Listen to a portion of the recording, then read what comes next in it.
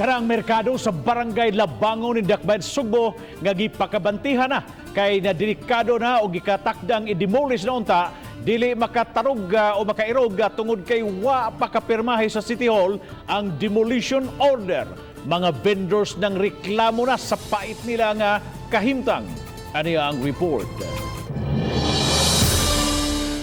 Dinhi sa gipot nga agyanan sa Barangay Labangon, taod-taod nang gibalhin ang mga vendors tungod kay wala na sila pandindaha sa merkado.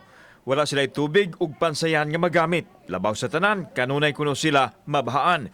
Delikado usab ang ilang kahimtang kay atbang raman kuno sa COVID isolation ang ilang pwesto ug mahadlo kuno ang mga customer busa mawad-an gyud sila og kita. Imbes mabalik ang punan, wa na oy kay mo kuha ag data, mo kuha ag kaon. Di pagay ko kalaki. Dili pa jud ko kalaki kay mingaw naman. Mahangyo mini Mirad Galula Bilya nga unta paspasan na niya papirma ba. Timpaita mo kahimtang di pa mabawi among pangumpra. Naglugos lang min taon diri pagpalit og bugas kay nami sudan ang palit na mong bugas di naman mi makapalit salig naman lang mi pangutang. Masulbad lang unta ang ilahang sularan kung matukod na ang bagong merkado nga doon na pundong 145 milyones pesos gikan sa nasudnong gahin. Pebrero pa unta masugdan ang demolisyon sa karang istruktura aron katukuran og bago. Ang permit na lang sa demolition ang kuwang og taod-taod na nilang gipangayo sa City Hall.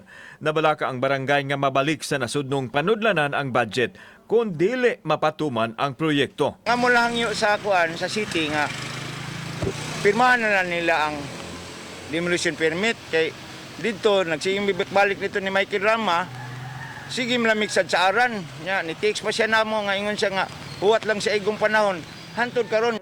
Tuig 2017, gipabakantihan sa Office of the Building Official ang merkado tungod kay aduna nay mga liki ug delikado kung gamiton pa. Samtang ipasalig ni Acting Mayor Mike Rama nga pirmahan dayon ang gipangayong permit sa barangay alang sa demolition sa karaang merkado. If it is for public service, we don't mind whether the barangay is ours or not. If the document is here now, I will sign it. Kauban si Cleofer Lumayag, ako si Alan Domingo.